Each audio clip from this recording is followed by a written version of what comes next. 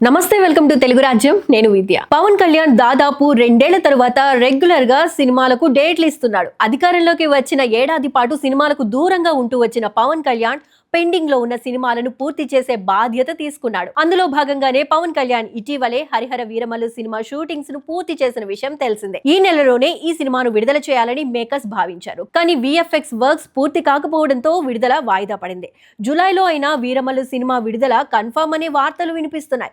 Veeramallu cinema తరువాత OG సినిమాతో పవన్ రాబోతున్నాడు. గత నెలలో 2 వారాల పాటు Pawan Kalyan OG cinema shooting లో పాల్గొన్నాడు. ముంబైలో జరిగిన ఓజీ సినిమా షూటింగ్ తో కీలక సన్నివేశాల చిత్రీకరణ పూర్తి చేశారని సమాచారం అందుతోంది. మరో షెడ్యూల్ తో ఓజీ సినిమా మొత్తాన్ని కూడా పవన్ కళ్యాణ్ పూర్తి చేస్తాడని తెలుస్తోంది. అతి త్వరలోనే ఓజీ సినిమాను కూడా పూర్తి చేస్తే బ్యాలెన్స్ ఉస్తాద్ భగత్ సింగ్ మాత్రమే ఉంటుంది.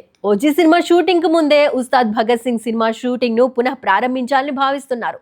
విశ్వసనీయంగా అందుతున్న సమాచారం ప్రకారం Ustaad Bhagat Singh cinema regular shooting ను ఈ నెలలోనే ప్రారంభించేందుకు గాను అన్ని ఏర్పాట్లు జరుగుతున్నాయి. పవన్ కళ్యాణ్ నుంచి డేట్లు రావడంతో ఏ మాత్రం ఆలస్యం చేయకుండా ఉస్తాద్ భగత్ సింగ్ షూటింగ్ ను ప్రారంభించబోతున్నారు. అందుకోసం ఇతర నటీనటుల కాల్ షీట్స్ ను తీసుకునే పనిలో హరీష్ శంకర్ అసిస్టెంట్స్ పడ్డారు. సాధ్యమైనంత వరకు ముందుగా అనుకున్న ప్రకారం నటీనటులను తీసుకోబోతున్నారు.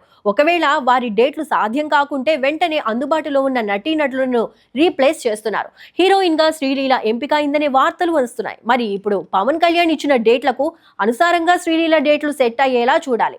హరీష్ శంకర్ పవన్ కళ్యాణ్ కాంబోలో గబ్బర్ సింగ్ వచ్చి భారీ విజయాన్ని సొంతం చేసుకుంది. చాలా కాలం తర్వాత వీరి కాంబోలో మూవీ పట్టాలెక్కింది. మొదట ఒక తమిళ హిట్ సినిమాను రీమేక్ గా ఉస్తాద్ ను అనుకున్నారు. కానీ తాజాగా అందుకున్న సమాచారం ప్రకారం రీమేక్ కాకుండా కొత్త కథా కథనంతో సినిమాను రూపొందించాలని నిర్ణయించారు. అందుకు పవన్ కళ్యాణ్ నుంచి గ్రీన్ సిగ్నల్ కూడా వచ్చింది. ఉస్తాద్ తర్వాత పవన్ కళ్యాణ్ కొత్త సినిమాలకు కమిట్ అయ్యే అవకాశాలు తక్కువగా కనిపిస్తున్నాయి. ఉప ముఖ్యమంత్రిగా దాదాపు మరో 4 ఏళ్ల పాటు కొనసాగనున్న పవన్ కళ్యాణ్ ఆ గ్యాప్ లో కొత్త సినిమాలు చేస్తాడని అనుకోవడం లేదు.